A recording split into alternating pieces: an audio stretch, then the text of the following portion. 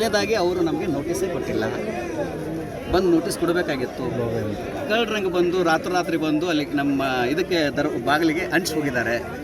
ಅದು ನಾವು ಕೊಡಗಿನಲ್ಲಿ ಕಾರ್ಯಕ್ರಮಕ್ಕೆ ಹೋಗಿದ್ದೀವಿ. ವಾಪಸ್ ಬಂದಾಗ 3 ಗಂಟೆ ಅಲ್ಲಿ ಅಂಟಿಸಿದ್ರು. ಅದು ನಮ್ಗೆ ಗೊತ್ತಿಲ್ಲ. ಈಗ ಟ್ರಸ್ಟಿಗಳಾದವರು ನಮ್ಮ ಹತ್ತಿರ ಬಂದು ಕೊಡಬೇಕಲ್ವಾ? ಇಷ್ಟೊಂದು ತರಾತುರಿ ಮಾಡೋ ಅವಶ್ಯಕತೆ ಇತ್ತು. ಹಾಗಾಗಿ ಸ್ವಾಮೀಜಿಯರಿಗೆ ಭಾಳ ಇಂಪಾರ್ಟೆಂಟು ಏನು, ಗಚ್ಚೆ ಕೈ ಬಾಯಿ ಗಚ್ಚಿರಬೇಕು. ಅದರಲ್ಲಿ ನಾವು ಭಾಳ ಗಚ್ಚಿದ್ದೇವೆ. ಹಾಗಾಗಿ 12 ಜನಗಳದ್ದು ಆಗಲ್ಲ. ಏನು ಟ್ರಸ್ಟ್ ಬಾಯ್ಲ ಏನು ಹೇಳುತ್ತೆ, ಇಲ್ಲಿ ಏನು ಹೇಳುತ್ತೆ? ನಿಮ್ಮ ಹತ್ತಿರ ಇದೆ ನೋಡಿ, ಇದು 4 ಜನಗಳದ್ದು ಅಲ್ಲ.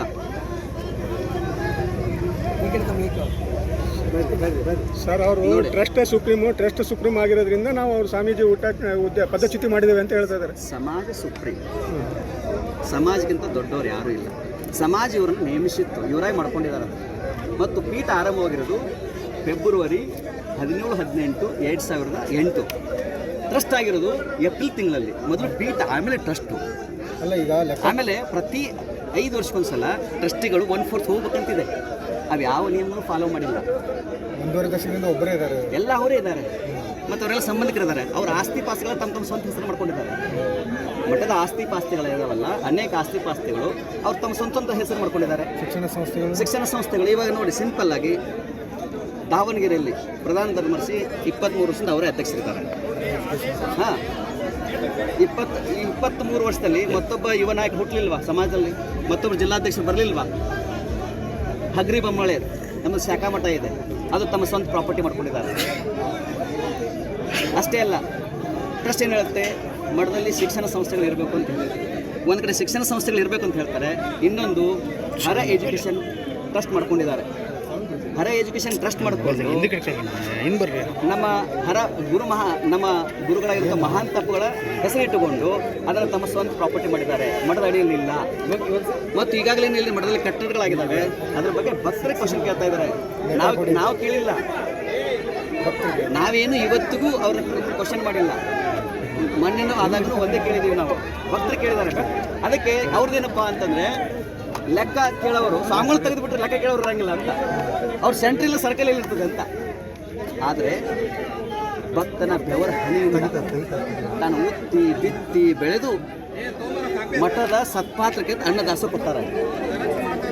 ಸಾವಿರ ಭಕ್ತರು, ಲಕ್ಷ ಭಕ್ತರು, ಸ್ವತಃ ಒಬ್ಬ ಧರ್ಮದರ್ಶಿ ಮೊನ್ನೆ ಏನೇನು ಅವ್ಯವಹಾರ ಆಗಿದೆ ಅಂತ ಮುಕ್ತವಾಗಿ ಹೇಳಿದ್ದಾರೆ. CC ಕ್ಯಾಮ್ರಾದಲ್ಲಿ ಅದು ರೆಕಾರ್ಡ್ ಆಗಿದೆ.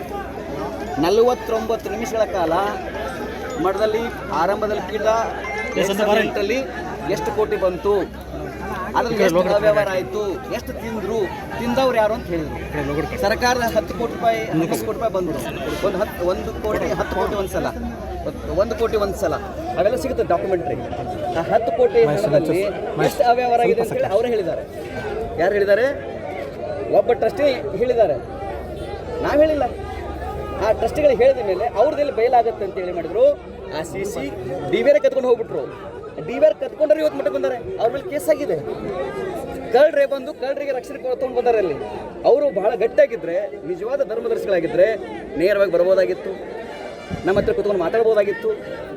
ಕಳ್ಳರಾಗಿ ಬಂದು ಪ್ರೊಟೆಕ್ಷನ್ ಬಂದು ಅಂದರೆ ಇದರಲ್ಲಿ ನೀವು ತಿಳ್ಕೊಬೇಕು, ನಾನು ಪ್ರೊಟೆಕ್ಷನ್ ತೊಗೊಂಡಿದ್ದೀನ, ಇಷ್ಟು ಜನಗಳ ಮಾಧ್ಯಮಕ್ಕೆ ನಾನು ಪ್ರೊಟೆಕ್ಷನ್ ಕೇಳಿದ್ದೀನ, ಕೇಳಿಲ್ಲ. ನಾವು ಸನ್ಯಾಸಿ, ನಮ್ಗೆ ನಿರ್ಭಯಾಗಿರಬೇಕು. ನಮ್ಮ ಮಠದಲ್ಲಿ ಸುವ್ಯವಸ್ಥೆ ಇರಬೇಕು, ಶಾಂತಿ ಸಮಾಧಾನ ಇರಬೇಕು. ಭಕ್ತರಿಗಿಂತ ದೊಡ್ಡವರು ಯಾರೂ ಇಲ್ಲ. ನನ್ನ ಕನಸು ಒಂದೇ, ಈ ನಾಡನ್ನು ಕಳೆದ 2.5 ವರ್ಷದಿಂದ ನಾವು ಇಂದಿನ ರಾಜ್ಯಾಧ್ಯಕ್ಷರಂಥ ಸೋಮನಗೌಡ ಪಾಟೀಲ್ರವರು ಹಳ್ಳಿ ತಿರುಗಾಡ್ತಾ ಇದ್ದೀವಿ, ಸಮಾಜವನ್ನು ಸಂಘಟನೆ ಮಾಡ್ತಾ ಇದ್ದೀವಿ. ಅದು ಜಾತಿಗಳಂತೆ ಇರಬಹುದು. ಇನ್ನು ಕೆಲವರು ಏನಾಗಿದೆ ಅಂತಂದರೆ ಅವರಿಗೆ ಹಿಂದೂ ಅಂತ ಹೇಳಬಾರ್ದು ಅಂತದೆ. ಕೆಲವು ಟ್ರಸ್ಟಿಗಳಿಗೆ ಏನಿದೆ ಅಂತಂದರೆ ಸ್ವಾಮಿಗಳು ಹಿಂದೂ ಅಂತ ಹೇಳಬಾರ್ದು ಅಂತಂತಾರೆ. ಇನ್ನೊಂದು ಲಿಂಗಾಯತ್ ಅಂತಲೂ ಹೇಳಬಾರ್ದು ಅಂತಂತಾರೆ. ಒಂದವರು ನಾವು ಹಿಂದೂ ಲಿಂಗಾಯತ್ ಅನ್ನಬಾರ್ದು ಸ್ವಾಮಿಗಳು. ಅವರು ಮಾತಾಡಿದ ಪ್ರಶ್ನೆಗಳು ಹೆಂಗೆ ಅಂತ ನೀವು ಇಮ್ಯಾಜಿನ್ ಮಾಡೋಕ್ಕಾಗಲ್ಲ. ಈಗ ಗುರುಗಳೇ, ಈಗ ಸ್ಟ್ಯಾಂಡ್ ಏನು ಗುರುಗಳೇ, ಈಗ ಅವರು ಪದಚ್ಯುತಿ ಮಾಡಿದ್ದೀವಿ ಅಂತೇಳಿ ಅಮಾನ್ಯ. 12 ಜನಗಳ ಮಠ ಅಲ್ಲ ಇದು. 12 ಜನಗಳ ದುಡ್ಡು ಹಾಕ್ಕೊಂಡು ಮಠ ಕಟ್ಟಿಲ್ಲ. ಈ ಮಠ ಕಟ್ಟಿದವರು ಲಕ್ಷಾಂತರ ಜನ ಬಡ ಪಂಚಮಸಾಲಿಗಳು, ರೈತರು. ಹಾಗಾಗಿ ಈ ಮಠ ಇನ್ನು ರಾಷ್ಟ್ರ ಅಂತಾರಾಷ್ಟ್ರ ಮಟ್ಟದಲ್ಲಿ ಬೆಳೆಸ್ತೀವಿ ಅನ್ನೋ ಸಂಕಲ್ಪ ನಮಗಿದೆ. I have ನನಗೆ ಯಾವುದೇ ರೀತಿ ಭಯ ಇಲ್ಲ, ಆತಂಕ ಇಲ್ಲ. I am so confident. I have all right. ಮುಂದಿನ ನಿರ್ಧಾರ ಮುಂದಿನ ಈಗ ನಮ್ಮೆಲ್ಲ ಭಕ್ತರು ಬರ್ತಾರೆ, ಅವ್ರ ಜೊತೆ ಚರ್ಚೆ ಮಾಡ್ತೀವಿ. ಭಕ್ತರ ಇಚ್ಛೆಯಂತೆ ಎಲ್ಲ ನಡೀತೆ. ಅಲ್ಲ, ಶ್ವಾಸಕೋಶ ಸಂಸ್ಥೆಯಿಂದಲೇ ನೀವು ಅಂತಾರಾಷ್ಟ್ರೀಯ ಮಟ್ಟಕ್ಕೆ ಗುರುತಿಸ್ಕೊಂಡ್ರಿ, ಅದನ್ನ ಎದಕ್ಕೆ ಬಿಡಕ್ಕೆ ಹೇಳ್ತಾರೆ ಅಂತ ಶ್ವಾಸಕೋಶ. ಈಗ ನಾರ್ಮಲ್ ಆಗಿ ಯಾವುದೇ ಒಬ್ಬ ಸ್ವಾಮಿಗಳಿಗೆ ಏನೇ ಹೇಳ್ಬೇಕಂತಂದ್ರೆ ಅವ್ರಿಗೆ ಯಾವುದೇ ಸ್ಟ್ರಾಂಗ್ ಎವಿಡೆನ್ಸ್ ಇಲ್ಲ. ನೋಡ್ರಿ, ಸ್ವಾಮಿಗಳಿಗೆ ಯಾವುದೇ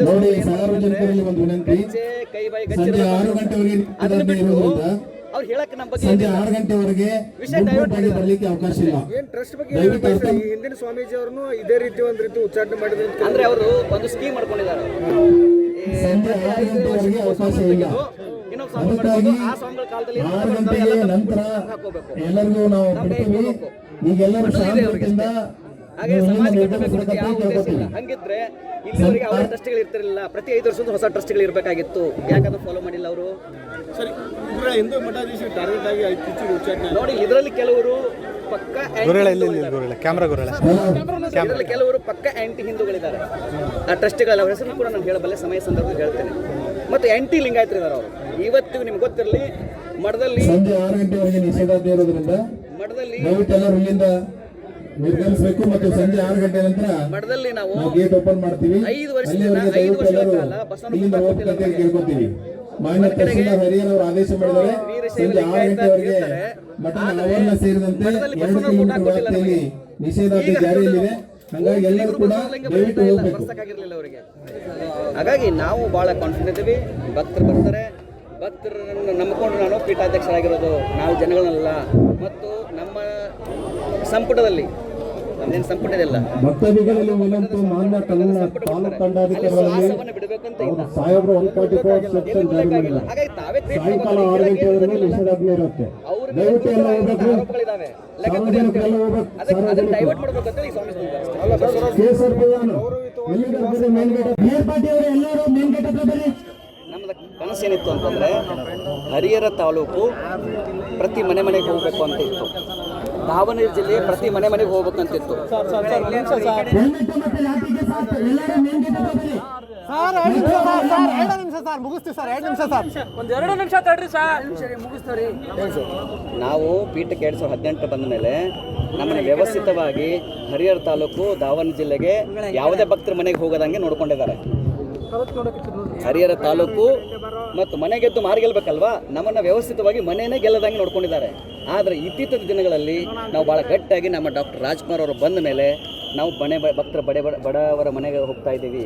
ಯಾವುದೇ ಒಂದು ಬಡವರ ಮನೆಗೆ ಹೋದರೆ ನೀವು ಚಿತ್ರದುರ್ಗ ಜಿಲ್ಲೆ ಕೇಳ್ಕೊಂಡು ಬನ್ನಿ, ಕೊಪ್ಪಳ ಜಿಲ್ಲೆ ತೆಗೆದುಕೊಂಡು ಬನ್ನಿ, ಎಲ್ಲ ಕಡೆಗೆ ಪ್ರವಾಸವನ್ನು ಮಾಡ್ತಾ ಇದ್ದಾಗ ಯಾರು ಬಡ್ಕೊಂಡು ಅಲ್ಲೇ ದುಡ್ಡು ಕೊಟ್ಟು ಬರ್ತೀವಿ ನಾವು. ಕೆಲವೊಂದಿಷ್ಟು ಭಕ್ತರು ಹೇಳ್ತಾ ಇದ್ರು, ಮೊದಲೆಲ್ಲ ಸ್ಕ್ರಿಪ್ಟೆಡ್ ಭಾಷಣ ಬರ್ಬಿಡ್ತೀವಿ, ಇದನ್ನೇ ಮಾತಾಡಬೇಕು ಅಂತ ಹೇಳ್ತಿದ್ರು. ನೋಡ್ರಿ, ಅದನ್ನು ಸಮಯ ಸಂದರ್ಭ ಇವತ್ತಿಗೆ ಇಷ್ಟು ಸಾಕು. ಬಟ್ ನಾನು ಎಲ್ಲ ನಿಮ್ಮ ಮಾಧ್ಯಮಕ್ಕೆ ಹೇಳ್ತಿದ್ದೀನಿ, ಭಕ್ತನೇ ಭೂಮಿಯ ಮೇಲೆ ಭಗವಂತ, ಪಂಚಮಸಾಲಿ ಸಮಾಜವೇ ನನ್ನ ಶ್ವಾಸ. ನನ್ನ ಇವತ್ತಿಗೂ ಒಂದೇ ₹1 ಯಾರಿಗೂ ನನಗೆ ಕೈ ಒಡ್ಡಿಲ್ಲ. ನಮ್ಮದು ಕೊಡುವಂಥದ್ದು, ಕೇಳುವಂಥದ್ದಲ್ಲ. ಆದರೆ ಭಕ್ತರು ನನಗೆ ಪ್ರಸಾದವನ್ನು ಕೊಟ್ಟಾರೆ, ರೊಟ್ಟಿ ಮಾಡಿ ಕೊಟ್ಟಾರೆ, ಅನ್ನ ಮಾಡಿ ಕೊಟ್ಟಾರೆ, ಸಾಂಬಾರು ಕೊಟ್ಟಾರೆ, ಚಟ್ನಿ ಮಾಡಿ ಕೊಟ್ಟಾರೆ. ಅವ್ರ ಋಣದಲ್ಲಿ ನಾನಿದ್ದೇನೆ. ನಾವು ಉಳಿದಾರೊಬ್ಬರ ಋಣದಲ್ಲಿಲ್ಲ, ಭಕ್ತರ ಋಣದಲ್ಲಿದ್ದೇವೆ. ಹಾಗಾಗಿ ಭಕ್ತರು ಏನಿರುತ್ತೆ ಅದು ಫೈನಲ್. 4 ಜನ ಫೈನಲ್ ಅಲ್ಲ. ಭಕ್ತರ ಸಭೆ ನಡೆಸಿ ಮುಂದಿನ ನಿರ್ಧಾರ ಖಂಡಿತ ಭಕ್ತರ ಜೊತೆಗೆ ಚರ್ಚೆ ಮಾಡ್ತೇವೆ. ನಮ್ಮೆಲ್ಲ ಸಮುದಾಯದ ಮುಖಂಡರು ಬರ್ತಾರೆ, ಅವರೆಲ್ಲ ಚರ್ಚೆ ಮಾಡ್ತಾರೆ. ಅವರು ಹೇಳಬೇಕು ವ್ಯವಸ್ಥಿತವಾಗಿ. ಈ ಹರಿಹರ ತಾಲೂಕು, ದಾವಣಗೆರೆ ಜಿಲ್ಲೆ ಕೆಲವು ಕಡೆ ಹೋಗಲ್ದಂಗೆ ನಮ್ಮ ನೋಡ್ಕೊಂಡಿದ್ರು. ಆದರೆ ಈ ಸಮಸ್ಯೆ ಆದಾಗನೇ ನಮ್ಮ ಡಾಕ್ಟರ್ ರಾಜ್ಕುಮಾರ್ ಅವರು ಬಂದದ್ದು. ಡಾಕ್ಟರ್ ರಾಜ್ಕುಮಾರ್ ಅವ್ರು ಯಾಕೆ ಬಂದರು? ಅಡ್ಮಿನಿಸ್ಟ್ರೇಟ್ರು. ಇವ್ರ ಸಮಸ್ಯೆ ಇತ್ತಲ್ಲ ಈ ಮಧ್ಯದ ಬಿಲ್ಡಿಂಗ್ ವಿಚಾರದಲ್ಲಿ, ಅಲ್ಲಿ ಏನಾಗ್ತದೆ, ಅದು ಹಣವನ್ನು ಅದಕ್ಕೂ ಉಪಯೋಗಿಸ್ಬೇಕಂತಿದೆ. ಅದು ಯಾವುದೂ ಯೂಸ್ ಆಗಿಲ್ಲ. ದುಡ್ಡು ತೊಗೊಂಡಿದ್ದಾರೆ, ಬಿಲ್ಡಿಂಗ್ ಇಲ್ಲ. 10 ಕೋಟಿ ರೂಪಾಯಿದಲ್ಲಿ ಒಂದಿಷ್ಟು ಪಕ್ಕದ ಮಠಗಳು ನೋಡ್ಕೊಂಡು ಬನ್ನಿ ಹೆಂಗೆ ಬೆಳೆದಾವೆ. ಈ ಮಠ ಯಾಕೆ ಬೆಳೀತಾ ಇಲ್ಲ ಅಂತಂದರೆ ಸ್ವಾಮಿಗಳಿಗೆ ಏನೂ ಅಧಿಕಾರ ಇಲ್ಲ ಇಲ್ಲಿ. ಆದರೂ ನಾವು ಅಧಿಕಾರ ಇಟ್ಕೊಂಡು ಬಂದಿಲ್ಲ. ಅಧಿಕಾರ ಹಂಗಿತ್ತು ಅದನ್ನು ಕಂಡೀಷನ್ ಹಾಕೊಂಡು ಬರ್ತಿದ್ವಿ. ನಮ್ಮದೇನಪ್ಪ, ಸಮಾಜ ಸಂಘಟನೆ ಆಗಬೇಕು. ಈ ಸಮಾಜವನ್ನು ದೊಡ್ಡದಾಗಿ ಬೆಳೆಸಬೇಕು. ಪಂಚಮಸಾಲಿ ಸಮಾಜವನ್ನು ದೊಡ್ಡ ಮಟ್ಟದಲ್ಲಿ ಬೆಳೆಸಬೇಕು. ಬಡ ಮಕ್ಕಳಿಗೆ, ಬಡವರಿಗೆ ಅನುಕೂಲ ಆಗುವ ದೃಷ್ಟಿಯಿಂದ, ಅವರಿಗೆ ಅನುಕೂಲ ಆಗುವ ದೃಷ್ಟಿಯಿಂದಲೇ ನಾವೆಲ್ಲವನ್ನು ತ್ಯಾಗ ಮಾಡಿ ಬಂದಿದ್ದೇವೆ. ನಾವು ಲೆಕ್ಕ ಕೇಳಿಲ್ಲ, ಭಕ್ತರು ಲೆಕ್ಕ ಕೇಳ್ತಾ ಇದ್ದಾರೆ. ಹಾಗಾಗಿ ಅವರು ವಿಷಯ ಡೈವರ್ಟ್ ಮಾಡೋ ಸಲುವಾಗಿ ನಮ್ಮ ಮೇಲೆ ಇದು ಮಾಡ್ತಾರೆ. ಅದನ್ನು ಹೇಳ್ತೀನಿ ನಾನು ಸಮಯ ಸಂದರ್ಭ ಭಕ್ತರ ಮಧ್ಯೆ ಹೇಳ್ತೀನಿ. ಅದು ಎಲ್ಲ ಟ್ರಸ್ಟ್ಗಳಿಗೆ ಗೊತ್ತಿದೆ, ಉಳಿದ ವಿಶೇಷ ಆಹ್ವಾನ ಗೊತ್ತದೆ. ಕೆಲವ್ರು ಬೇಕಂತ ನೀವು ಹಿಂದೂನ ಹೇಳಬಾರ್ದು, ಯಾಕಂದ್ರೆ ನಾವು ಜಾತಿ ಗಣತಿ ಮಾಡುವಾಗ ನಾವು ಗಟ್ಟಿಯಾಗಿ ಹೇಳಿದೆ, ಯಾಕಂದ್ರೆ ನಮ್ಮ ಜಾತಿಯ ಪ್ರಮಾಣ ಪತ್ರದಲ್ಲಿ ಹಿಂದೂ ಲಿಂಗಾಯತ್ ಅಂತಿದೆ. ಬರೀ ನಮ್ಮ ಸ್ವಂತ ನಿರ್ಣಯ ಆಗಿರಲಿಲ್ಲ, 17 ಜಿಲ್ಲೆಯ ಪ್ರವಾಸವನ್ನು ಮಾಡಿ ಆ ಭಕ್ತರ ಸಭೆಗೆ ಕರ್ಕೊಂಡು ವಿಡಿಯೋ ರೆಕಾರ್ಡ್ ಮಾಡಿಕೊಂಡು ಅವರ ಅಭಿಪ್ರಾಯವನ್ನು ನಾವಿಲ್ಲಿ ಹೇಳಿದ್ದೀವಿ. ಟ್ರಸ್ಟಲ್ಲಿ ಒಪ್ಪಿಗೆ ತೊಗೊಂಡ್ರು ಕೂಡ ಅಲ್ಲಿ ಬೆಂಗಳೂರಿಗೆ ಯಾರೊಬ್ಬರು ಬರಲಿಲ್ಲ. ಅಂದರೆ ವ್ಯವಸ್ಥಿತವಾಗಿ ಹಿಂದೂ ಸ್ವಾಮಿಗಳು ಮತ್ತು ವಿಶೇಷವಾಗಿ ಪಂಚಮಸಾಲಿ ಸ್ವಾಮಿಗಳು ಲಿಂಗಾಯತ್ ಪಂಚಮಸಾಲಿ ಅನ್ನಬಾರ್ದು ಅಂತಂತಾರೆ. ಮಾಡಬೇಕಾಗಿತ್ತು, ಮಾಡಿಲ್ಲ ಸ್ವಾಮಿಗಳು ಅಂತ ಅವ್ರ ಆರೋಪ. ನೋಡ್ರಿ, ಕುಂಟು ನೆಪ ಏನಾದರೂ ಹೇಳಕ್ಕೆ ಬೇಕಲ್ಲ ಅವ್ರಿಗೆ, ಹೇಳಕ್ಕೇನಿಲ್ಲ, ಹಾಗಾಗಿ ಮಾಡ್ತಾರೆ. ಯಾರು ಕೊನೆ ನಿರ್ಧಾರ ಸಮಾಜಕ್ಕೆ ನಿರ್ಧಾರ ಮಾಡೋದು.